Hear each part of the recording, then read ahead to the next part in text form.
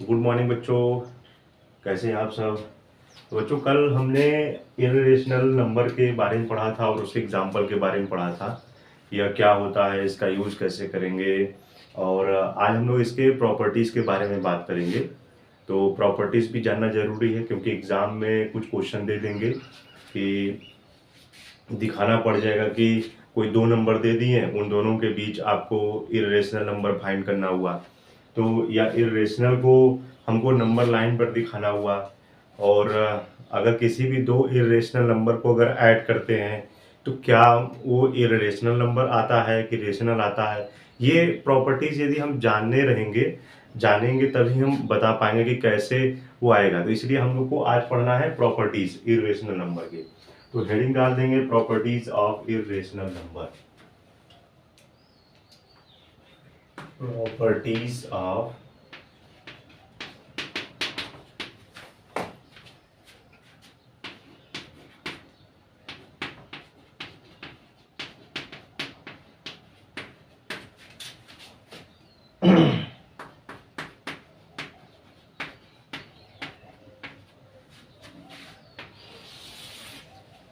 तो irrational number के properties क्या होता है। सबसे पहले ध्यान दीजिए, जो प्रॉपर्टीज हमारा बेसिकली होता है वो कई प्रकार के होते हैं। इससे अगर हम लोग बात करें, पहला होता है क्लोजर होता है, ठीक है। दूसरा होता है कम्यूटेटिव,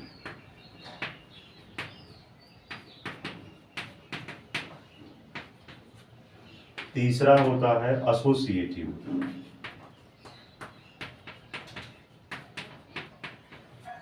चौथा होता है डिस्ट्रीब्यूटिव,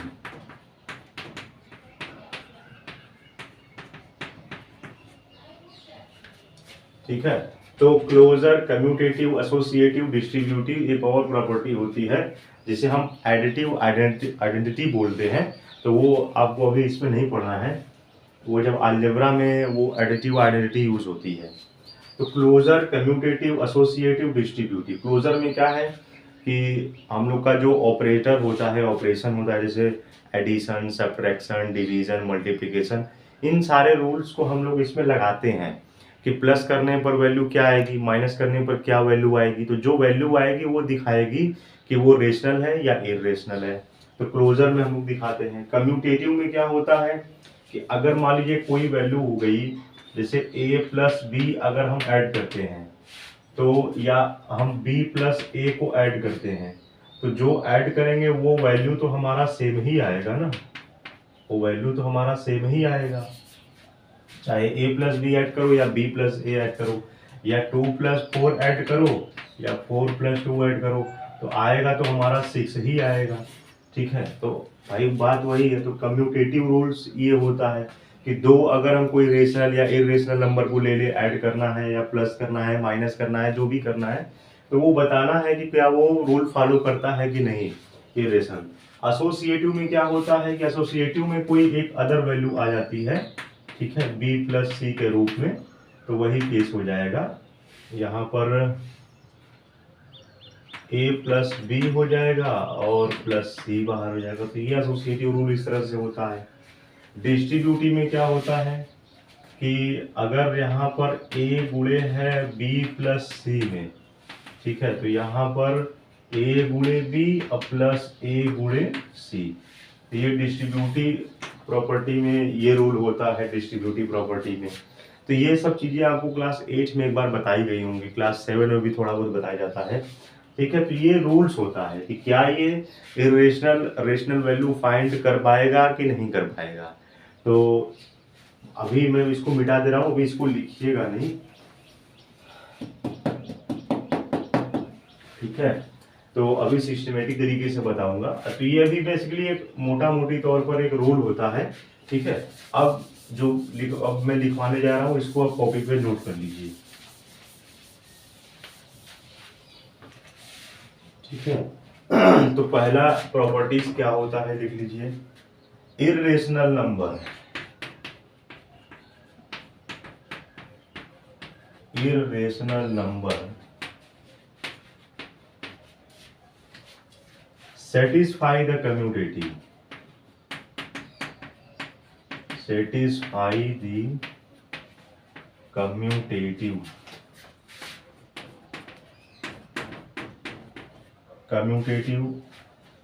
associative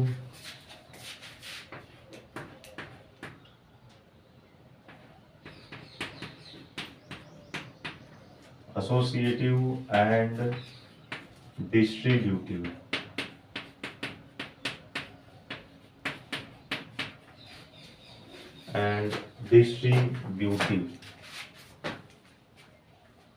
for addition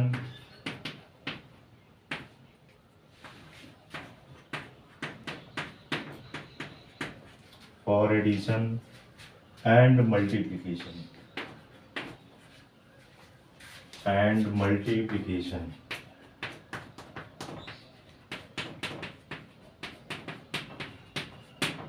तो पहला यहाँ पर प्रॉपर्टीज कह रहा है कि इररेशनल नंबर जो है वो सेटिस्फाई करता है, किसको किसको करता है, कम्यूटेटिव को, एसोसिएटिव को, डिस्ट्रीब्यूटिव को, है ना, वो किसके लिए, एडिशन और मल्टीप्लिकेशन के लिए। ये ध्यान दीजिएगा, इररेशनल नंबर केवल और केवल एडिशन और सब्ट्रैक्शन के लिए कम्यूटेटिव, एसोसिएटिव और डिस्ट्रीब्यूटिव के रूल को यहाँ पर फॉलो करता है। ठीक है, तो ये पहला लिख लीजिए। और ये ध्यान दीजिए, ये जो प्रॉपर्टीज है ये आपको कोई भी टीचर नहीं पढ़ाता है, कोई भी टीचर नहीं बताता है, चाहे आप स्कूल में पढ़ रहे हो या कहीं भी कोचिंग या ट्यूशन पढ़ रहे हो, कोई नहीं बताता है।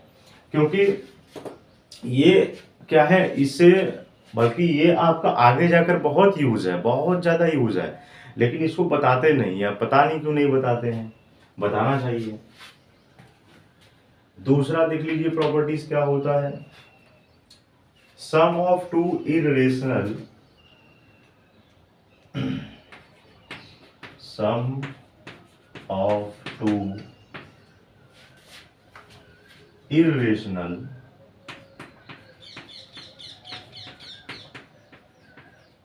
sum of two irrational need not be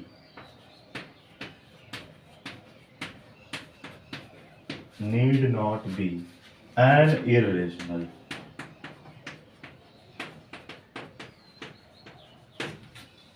Sum of two irrational need not be an irrational. इसका मतलब क्या है कि किसी भी दो अगर हम रेशनल नंबर ले लेते हैं, ठीक है, अगर हम चाहे उसका प्लस करें या माइनस करें, तो ये जरूरी नहीं कि वो इररेशनल नंबर ही आवे, वो रेशनल भी हो सकता है, कोई भी नंबर हो सकता है। तो ये जरूरी नहीं, ये बता रहा है कि किसी भी दो अगर हम इररेशनल नंबर को अगर हम ऐड कर रहे हैं तो वो जरूरी नहीं कि वो इररेशनल ही आवे, भाई कोई दूसरा नंबर भी हो सकता है। तो एग्जांपल देख लीजिए,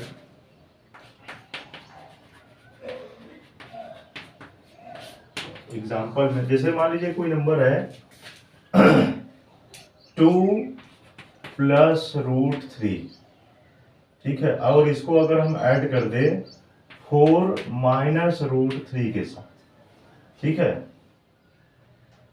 अलग अलग मैं लिख देता हूं, ऐसे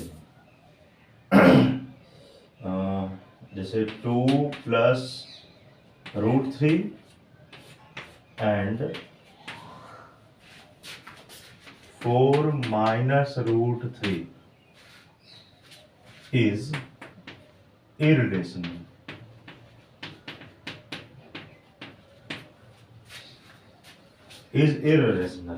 बट अगर हम इन दोनों को ऐड करते हैं, but 2 plus root 3 plus 4 minus root 3, तो ये रूट 3 से रूट 3 कैंसिल हो जाएगा और 4 2 क्या हो जाएगा, 6 हो जाएगा। ठीक, अब ये 6 नंबर क्या होता है बताइए, ये 6 क्या होता है, यहां पर लिख लीजिए विच इज रेशनल। ठीक है, तो यहां पर हम तो दो नंबर लिए हुए थे, वो जो कि इररेशनल था, लेकिन जब दोनों को ऐड किए, सॉल्व किए, तो हमारा एक नंबर आ रहा है 6, और ये 6 जो है वो हमारा रेशनल नंबर हो गया। यानी ये हमारा इस रूल को फॉलो किया, इसको सेटिस्फाई किया। सम ऑफ टू इररेशनल, यानी किसी भी दो हम इररेशनल नंबर को अगर हम ऐड कर रहे हैं तो जरूरी नहीं कि यहाँ पर उसकी कोई आवश्यकता नहीं है कि वो इरेशनल नंबर ही आवे। तो यहाँ पर ऐड करने पर हमारा क्या आया, रेशनल नंबर आया। यहाँ पर ये क्या आया, रेशनल। तो बस यही बताना है। तीसरा देख लीजिए, इसको वीडियो को पॉज करके नोट कर लीजिए, फिर इसको हम मिटा देंगे।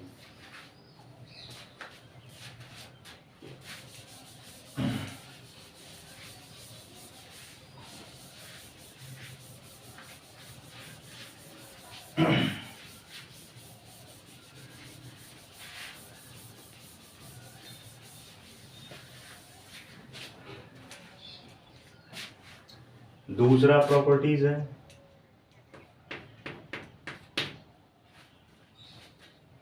Difference of two irrational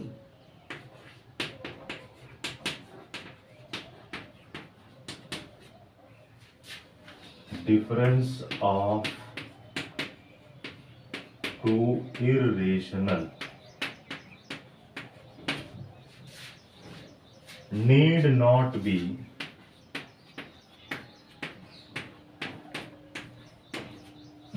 not be an irrational.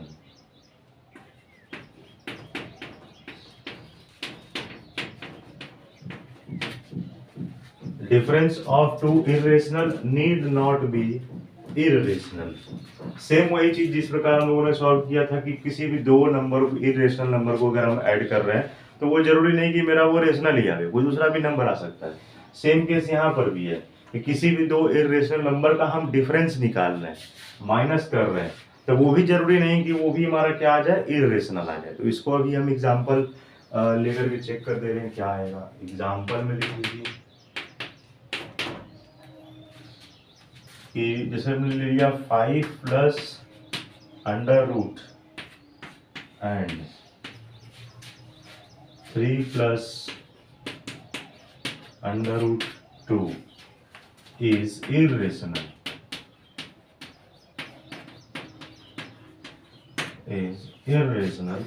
but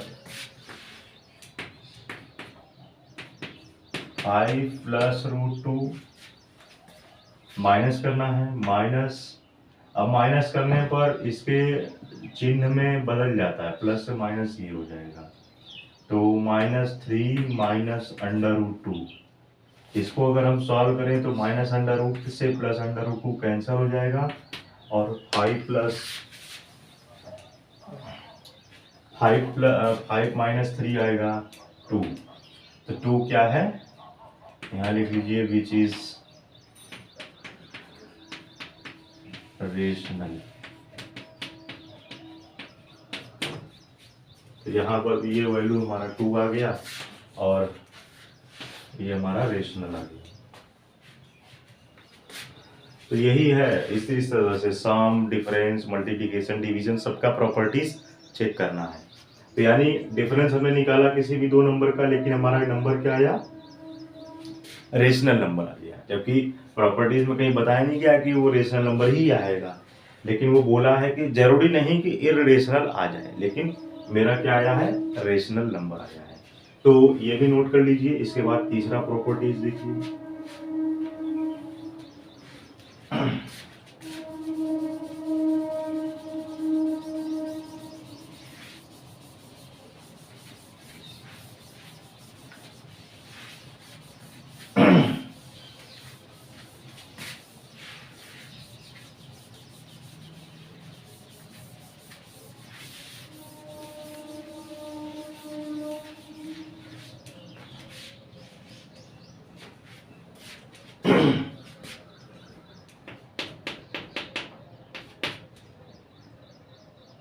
तीसरा प्रॉपर्टीज कह रहा है कि product of two irrational,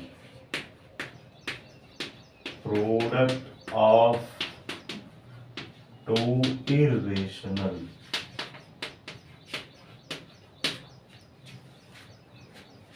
need not be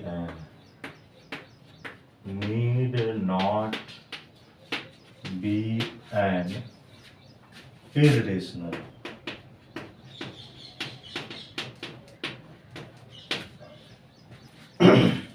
product का मतलब क्या होता है, प्रोडक्ट का मतलब होता है मल्टीप्लाई करना, गुणा करना। तो अगर हम किसी भी दो इर्रेशनल नंबर का अगर हम मल्टीप्लाई कर रहे हैं, प्रोडक्ट निकाल रहे हैं, तो वो भी जरूरी नहीं, need not be an irrational, यानी वो भी कोई जरूरी नहीं है कि मेरा इर्रेशनल आ जाए। भाई कोई दूसरा नंबर भी आ सकता है इर्रेशनल नंबर की जगह। तो इसका भी एग्जांपल के द्वारा हम चेक कर लेते हैं कि क्या आएगा। ठीक है, अगर मैं कोई √3 ले रहा हूं, √3 इज इर्रेशनल,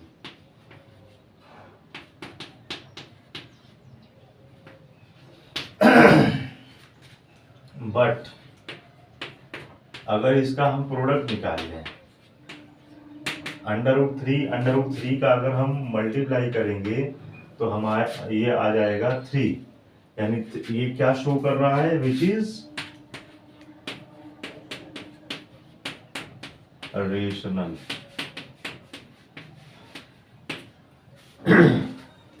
अब ये √3 की जगह कोई भी नंबर ले सकते हो, भाई प्लस √3 या 3 प्लस √2, कोई भी वैल्यू लेकर के प्रोडक्ट निकालोगे तो हमारा क्या आएगा, रेशनल ही आएगा। तो अब इसके बाद चौथा प्रॉपर्टीज देख लीजिए क्या है, quotient of two irrational.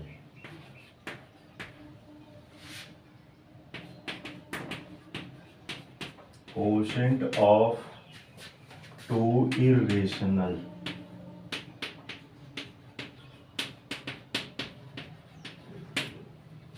Quotient of two irrational need not be an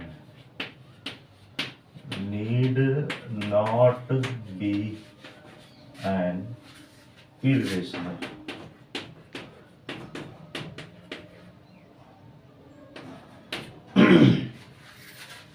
तो ये बोला है कि quotient of two irrational need not be an irrational.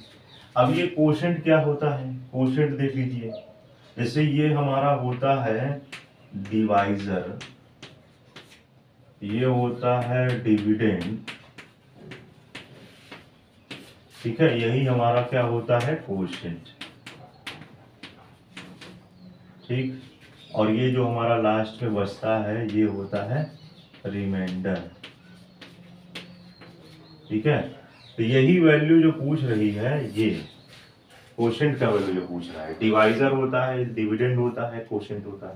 तो कोशेंट ऑफ टू इर्रेशनल, कि अगर हम कोशेंट ले लें किसी भी दो इर्रेशनल नंबर का, अगर हम कोशेंट निकाले, कोशेंट का मतलब यहाँ पर भाग देने की बात कर रहा है, डिवाइड करने की बात कर रहा है, तो उसका अगर हम इर्रेशनल नंबर निकालें तो वो भी हमारा कोई जरूरी नहीं कि हमारा इर्रेशनल नंबर आ जाए। ठीक है, ये ध्यान दीजिएगा। तो इसको अभी विचार दे रहे हैं, इसका भी देख लीजिए क्या ये रूल फॉलो कर रहा है कि नहीं कर रहा है।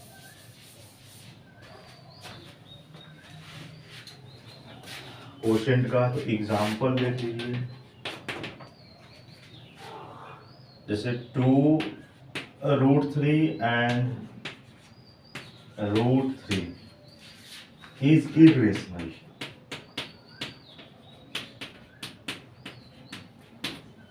इज इर्रेशनल, बट अगर हम इसका डिवाइड दे दें,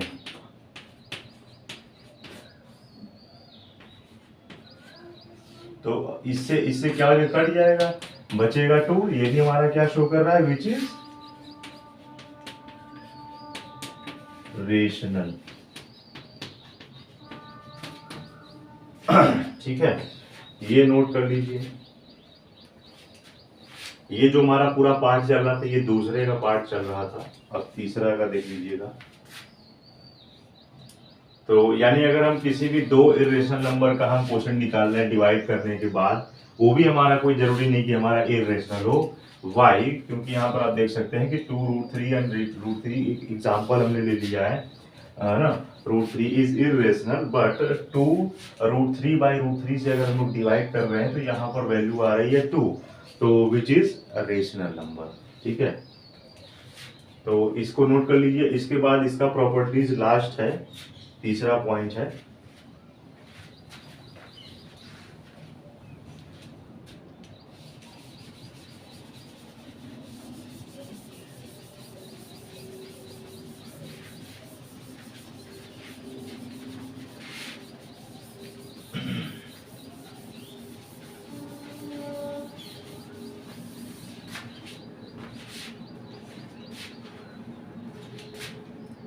तीसरे का पहला बता रहा है कि sum of a rational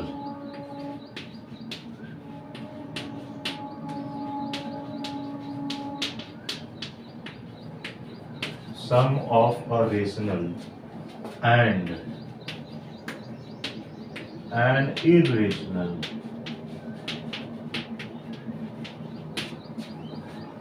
is irrational.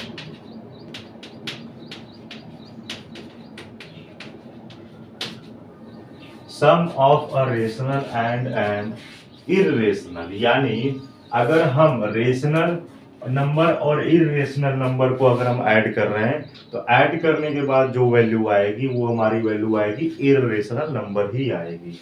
ठीक है, अभी हम इसका एग्जांपल लगाएंगे। पहले इसका पूरा प्रॉपर्टीज लिख लीजिए। दूसरा प्रॉपर्टी लिख लीजिए, difference of rational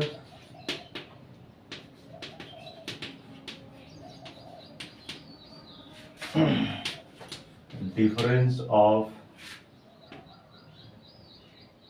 rational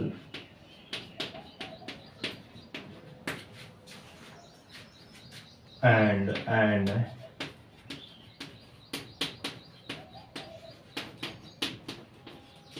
rational and irrational is irrational।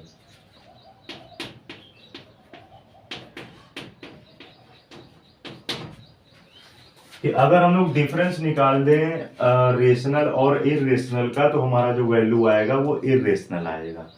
ठीक है, दूसरा प्रॉपर्टीज ये कह रहा है। तीसरा देख लीजिए इसका,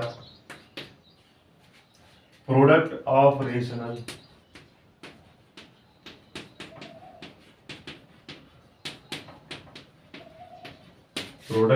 rational and an irrational is irrational।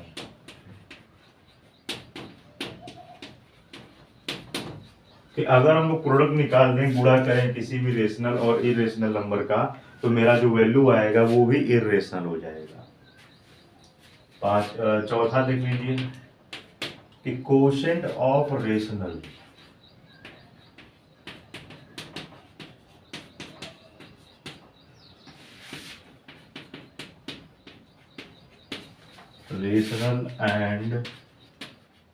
and irrational is irrational। कि अगर हम लोग क्वोशेंट निकालें, डिवाइड करें किसी भी रेशनल और इरेशनल दो नंबरों का, तो मेरा जो वैल्यू आएगा, आंसर आएगा, वो भी क्या हो जाएगा, इरेशनल हो जाएगा। तो ये हमारा पूरा टॉपिक है। इसके बाद एक नोट पॉइंट लिख लीजिए। एक नोट पॉइंट है कि अगर कोई if A is a rational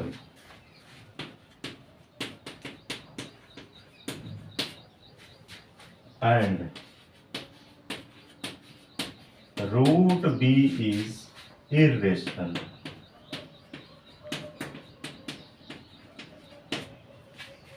root B is irrational, then each one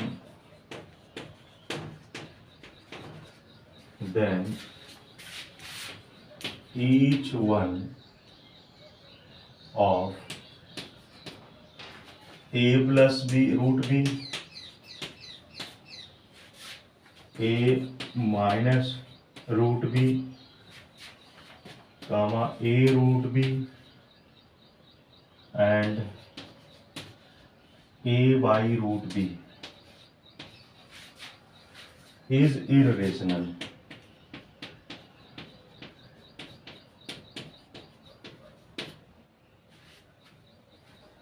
कहने का मतलब क्या है कि अगर कोई if A is a rational है and root B is irrational है, अगर उन दोनों को जोड़ दिया जाए तो वही हमारा जो पूरा एग्जांपल था, चाहे A प्लस रूट B निकाल दिया जाए, A माइनस रूट B निकाल दिया जाए, या A रूट B निकाल दिया, A बाई रूट B निकाल दिया जाए, तो ये हमारा पूरा क्या हो जाएगा, इरेशनल हो जाएगा। वही जो पूरा प्रॉपर्टीज लिखे हैं इसी का एग्जाम्पल है ये नोट पॉइंट में। अगर इसका एग्जाम्पल देखने कोई भी अगर नंबर लेकर के, ठीक है, जैसे हमने ले लिया 4 plus √3 comma 8 minus √5 comma 5 √3 and 3/√2 is irrational.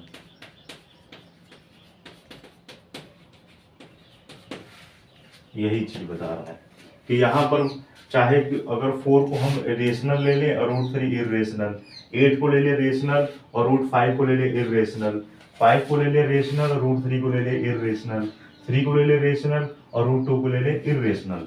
तो अगर इसका सम किया जाए, डिफरेंस किया जाए, प्रोडक्ट निकाला जाए, डिवाइड किया जाए, तो इन सारे प्रोसेस को करने पर मेरा आंसर जो आएगा वो उसका प्रॉपर्टीज क्या शो करेगा, इरेशनल शो करेगा। और यही मेरा जो प्रॉपर्टीज था यही है इरेशनल को शो कर रहा है।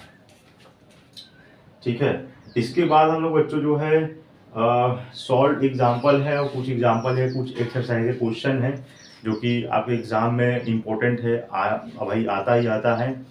और चाहे भले आप किसी भी स्कूल में पढ़ रहे हो, किसी भी स्टेट से हो, कहीं पर भी हो, चाहे आप यूपी बोर्ड हो, ICSE हो, CBSE हो, कोई भी बोर्ड हो, ये आपका क्वेश्चन जरूर आता है, ये ध्यान दीजिएगा। इससे रिलेटेड, प्रॉपर्टी से रिलेटेड क्वेश्चन जरूर आता है। अभी देखिए ना, अभी इसका प्लस माइनस करना होगा बाद में, तो बिना प्रॉपर्टीज को जाने हम लोग कैसे निकालेंगे। तो ये जबकि पढ़ाया नहीं जाता है, जो कि बहुत है इम्पोर्टेंट, आगे जाकर इसका ही पूरा यूज है। मैथ्स में पढ़ोगे आप, ग्रेजुएशन करोगे तो उसमें पूरा अलजेब्रा पार्ट में पूरा आपको प्रॉपर्टीज ही पढ़ना है। तो अभी से ही आपका बेस अगर मजबूत रहेगा तभी ना आप पढ़ पाओगे, नहीं तो अलजेब्रा में जब ये प्रॉपर्टीज आने लगेगा तो बच्चों लोगों का हाथ पांव कांपने लगता है, मतलब दिमाग काम नहीं करता है, क्योंकि भाई वो पढ़े नहीं है, ना कोई पढ़ाया है। तो जब यहाँ बताया जा रहा है तो पूरा वीडियो को देखिए, ठीक है। कहीं पर भी कोई डाउट है तो जरूर पूछ लीजिएगा, और अपने फ्रेंड्स को, सभी लोगों को यह शेयर कर दीजिए और बताइए कि भाई सेशन स्टार्ट हो चुका है, भाई अब किसका इंतजार कर रहे हो, ठीक है। अब ये मत सोचिए कि अरे अभी एडमिशन चल रहा है, जुलाई से अगस्त में होगा, तैयारी करवाएंगे, ऐसा मत करिए, ठीक है। क्योंकि अभी से ही आप स्टार्ट कर दीजिए। अब आप क्लास 9 में आप भाई पहुंच चुकी हो, एडमिशन करा लिए, बुक ले लिए, बस तैयारी शुरू करिए। बुक भी यदि आपने नहीं खरीदा है तो जो जो मैं पूरा पढ़ाया हूँ पूरा उसको नोट्स पर, कॉपी पर नोट करिए, ठीक है। और ऑनलाइन जो है मोबाइल में ही आप NCERT बुक डाउनलोड कर लीजिए, वहाँ से आप उस क्वेश्चन को सॉल्व करिए, ठीक है। और मैं जो लिखवाता हूँ वो बहुत सारी अलग अलग बुकों से लेकर के लिखवाता हूँ, ठीक है। कोई एक बुक को मैं प्रीफर नहीं करता, बहुत सारी बुकें होती हैं, ताकि सारे बच्चों का कवर हो जाए। मान लीजिए कोई बच्चा RS अग्रवाल ले लिया, कोई बच्चा जो है MK अग्रवाल ले लिया, कोई DC पांडे का ले लिया, कोई नूतन का ले लिया, है ना। मतलब अलग अलग कुछ प्रकाशन के बच्चों ने अलग अलग किताब ले लिया, तो उन सारे किताबों का ये मिक्सचर है, ठीक है। और जब आप पूरा मिक्सचर जब आप लेते हो तो वो एक आपका जड़ी बूटी का काम करता है। ये ध्यान दीजिए। तो कहीं से भी कोई क्वेश्चन आएगा आप जरूर आप कर लोगे, ऐसा मेरा विश्वास है। तो इसके बाद कुछ प्रॉपर्टी से रिलेटेड ही क्वेश्चन है, और इसके बाद जो टॉपिक स्टार्ट होगा वो बहुत ही ज़्यादा इम्पोर्टेंट है, मतलब एग्जाम में वहीं से क्वेश्चन आता है, ध्यान दीजिएगा। ये सारा अभी सब कुछ आपका बेसिक चल रहा है, ये सब कुछ आप लोग क्लास 6, 7, 8 में से पढ़ाया गया होगा, नहीं पढ़ाया गया तो फिर से एक बार देख लीजिए, इसीलिए मैंने ये चीज़ रिपीट किया है। तो बच्चों मिलते हैं नेक्स्ट वीडियो में, और हाँ बच्चों को शेयर जरूर कर दीजिएगा आपके फ्रेंड्स यार, ठीक है। बच्चों मिलते हैं नेक्स्ट वीडियो में। जय हिंद, जय भारत।